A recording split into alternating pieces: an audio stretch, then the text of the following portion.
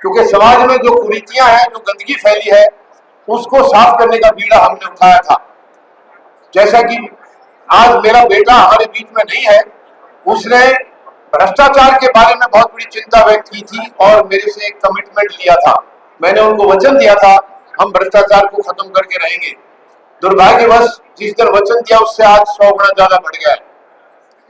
तो ये बहुसंख्यक समाज है जो देश को चला रहा है, देश की रीढ़ की हड्डी है, लेकिन यही सबसे ज्यादा दुखी है। और जो मुट्ठी भर लोग हैं जिनका इस देश की आजादी में कोई योगदान नहीं रहा है, जिसने कभी तिरंगे का सम्मान नहीं किया है, बाबा साहब के बनाए संविधान का कभी सम्मान नहीं किया है, वो आज देश को बर्बाद करने पर तुले हुए हैं। एनडीए और इंडिया दोनों एक हैं, एक में मौका खत्म हो जाता है, दूसरे में चले जाते हैं। जब वहां दरवाजे बंद तो यहाँ आ जाते हैं। हाल में आपने देखा होगा अभी क्या हो गया है बिहार में, यानी चरित्र नाम की चीज आज है नहीं। इंडिया गठबंधन एनडीए का मुकाबला नहीं कर सकता, क्योंकि चुनाव से पहले मैंने उनको कहा था, आप जाके पूछ लेना, मैंने कहा था चुनाव आने से पहले आधे इसमें से बिक जाएंगे, पाला बदल लेंगे, और आधे जो है जेल में जाएंगे। आज वो हो रहा है कि नहीं हो रहा है।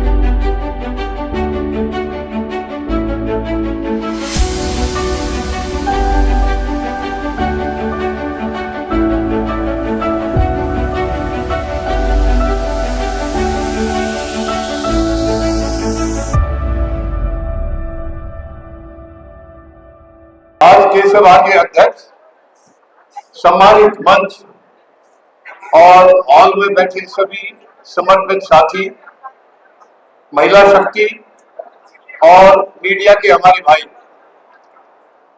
सबसे पहले मैं महेश मानव जी का और विजेंद्र यादव जी का धन्यवाद करूंगा, जिन्होंने मुझे मौका दिया आज आप सबके बीच में आने का। मैं आज का जो हमारा सब्जेक्ट है, एक तो ईवीएम का है और बहुसंख्यक समाज की जो समस्याएं हैं उन्हीं पर बात करूंगा। इससे पहले आपको इसी से साफ हो जाएगा, मुझे यह खुशी हो रही है बताते हुए, मैं आपकी बहादुर सेना का एक सिपाही रहा हूं। 30 साल पहले मैं सेना से सेवानिवृत्त होकर आ गया था और तभी से समाज की गंदगी को साफ करने में हम लगे हुए। मैंने कोई जॉब ऑफर नहीं ली है, जॉब मुझे मिली थी ऑफर, मैंने रिफ्यूज कर दिया, क्योंकि समाज में जो कुरीतियां हैं, जो गंदगी फैली है, उसको साफ करने का बीड़ा हमने उठाया था। जैसा कि आज मेरा बेटा हमारे बीच में नहीं है, उसने भ्रष्टाचार के बारे में बहुत बड़ी चिंता व्यक्त की थी और मेरे से एक कमिटमेंट लिया था। मैंने उनको वचन दिया था हम भ्रष्टाचार को खत्म करके रहेंगे। दुर्भाग्यवश जिस दिन वचन दिया उससे आज 100 गुना ज्यादा बढ़ गया है। लेकिन मैं और मेरी पत्नी संतोष मलिक, इन्होंने भी एक एनजीओ बना रखा है, मतदाता जागृति संगठन, और ये जो पार्टी का जो गठन हुआ है फौजी जनता पार्टी, ये जंतर मंतर पर आपको पता होगा वन रैंक वन पेंशन की मुहिम चली थी और कायदे से तो वो आज भी चल रही है, थोड़ी सी देर के लिए आते हैं। वो तभी चली थी यानी जब आपको पता लग गया कि ये सेनाओं की भी नहीं है ये सरकार, तो और किसी की हो ही नहीं सकती है। और सेना के अंदर ये जो बहुसंख्यक जो हमारा समाज है, ये सेना के अंदर यूं का यूं है, वहां कोई जाति नहीं, धर्म नहीं, सब बराबर है। एक ही जगह खाना खाते हैं, एक ही जगह सोते हैं, एक ही जगह लड़ाई भी लड़ते हैं, देश की रक्षा के लिए सब एक साथ समर्पित हैं। तो ये बहुसंख्यक समाज है जो देश को चला रहा है, देश की रीढ़ की हड्डी है, लेकिन यही सबसे ज्यादा दुखी है।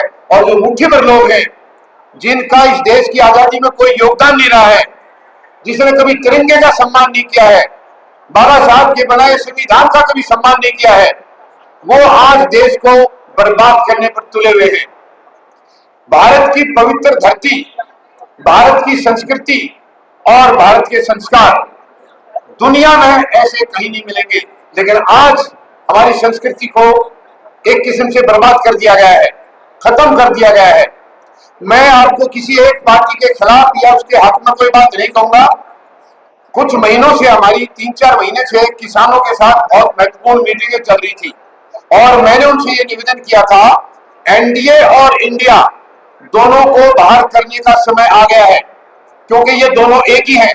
नाराज नहीं होना कोई, आप अगर इनमें से किसी का हिस्सा है, नाराज नहीं होना, जो सच्चाई है मैं वो बता रहा हूं। ये दोनों एक ही हैं, एनडीए और इंडिया दोनों एक हैं, एक में मौका खत्म हो जाता है, दूसरे में चले जाते हैं, जो वहां दरवाजे बंद तो यहाँ आ जाते हैं। हाल में आपने देखा होगा अभी क्या हो गया है बिहार में, यानी चरित्र नाम की चीज आज है नहीं। राजनीति के अंदर आज राजनीति सबसे लोएस्ट स्तर पर, निचले स्तर पर पहुंच गई है। ये शर्मनाक है। इससे ज्यादा दुखद हमारे लिए कुछ हो नहीं सकता है।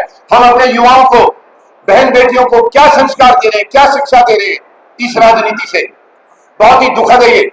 तो ये जंतर मंतर से एक आवाज उठी थी कि जब ये सेनाओं को भी ये बर्बाद कर रही है सरकार, तो वहां से एक आवाज उठी कि अब सैनिकों को राजनीति में आना पड़ेगा, और जैसे हम सरहद पर खड़े होकर देश की रक्षा करते हैं, वैसे अब हमें संसद की रक्षा करनी पड़ेगी। तो मैंने किसानों को ये कहा था, आप अपने बीच में से देखिए, गरीब ही गरीब के दर्द को समझता है और गरीब ही गरीब को दे सकता है। किसान किसान के दर्द को समझता है। आज जो वहां बैठे हैं सत्ता में, वो ना गरीबी को जानते हैं, ना किसानी को जानते हैं, ना मजदूरी क्या चीज होती है उनके दर्द को नहीं जानते हैं। तो ये मैंने उनसे कहा था, किसानों से, और उन्होंने मुझे ये कहा, सर इस वक्त समय जो है दूसरा है, अभी इस वक्त एनडीए को आउट करना है और इंडिया गठबंधन जीत की तरफ बढ़ रहा है, हमें उनका साथ देना चाहिए। मैंने उसी दिन उनको कहा था, एफिडेविट बनवा लो, मैं साइन करने के लिए तैयार हूं। आज ही साइन कर दिया, 4 महीने पहले की बात है। इंडिया गठबंधन एनडीए का मुकाबला नहीं कर सकता, क्योंकि चुनाव से पहले मैंने उनको कहा था, आप जाके पूछ लेना, मैंने कहा था चुनाव आने से पहले आधे इसमें से बिक जाएंगे, पाला बदल लेंगे, और आधे जो है जेल में जाएंगे। आज वो हो रहा है कि नहीं हो रहा है। किसानों के कल मेरे पास फोन आए परसों, ये नीतीश कुमार का एपिसोड होने के बाद, सर आप सही कह रहे थे, मैंने कहा अभी भी समझ जाओ। तो मैं आप सबसे, बहुसंख्यक समाज से निवेदन करूंगा, संतोष मलिक जी जो मतदाता जागृति संगठन चला रही है, उसका मकसद एक ही है, राजनीतिक दलों को उम्मीदवार तय करने का कोई अधिकार नहीं है। ये अधिकार है क्षेत्र की जनता को, विधानसभा क्षेत्र की जनता या संसदीय क्षेत्र की जनता, उनको अधिकार है उनका जनप्रतिनिधि कौन होना चाहिए, ये उनको मालूम है। पार्टियों को का पार्टी तो लाते हैं अपने हित के लिए, गुंडे बदमाशों को ला करके, ताकि वो पैसा कमा के इनको दे। मैं आपसे ज्यादा लंबा समय ना लेते हुए निवेदन करूंगा, विधानसभा क्षेत्र, अभी फिलहाल विधानसभा के चुनाव नहीं है, लोकसभा के हैं, विधानसभा के आंध्रा में है, तो लोकसभा के संसदीय क्षेत्र में जनता से संपर्क करके आप अपने अपने उम्मीदवार तय कीजिए।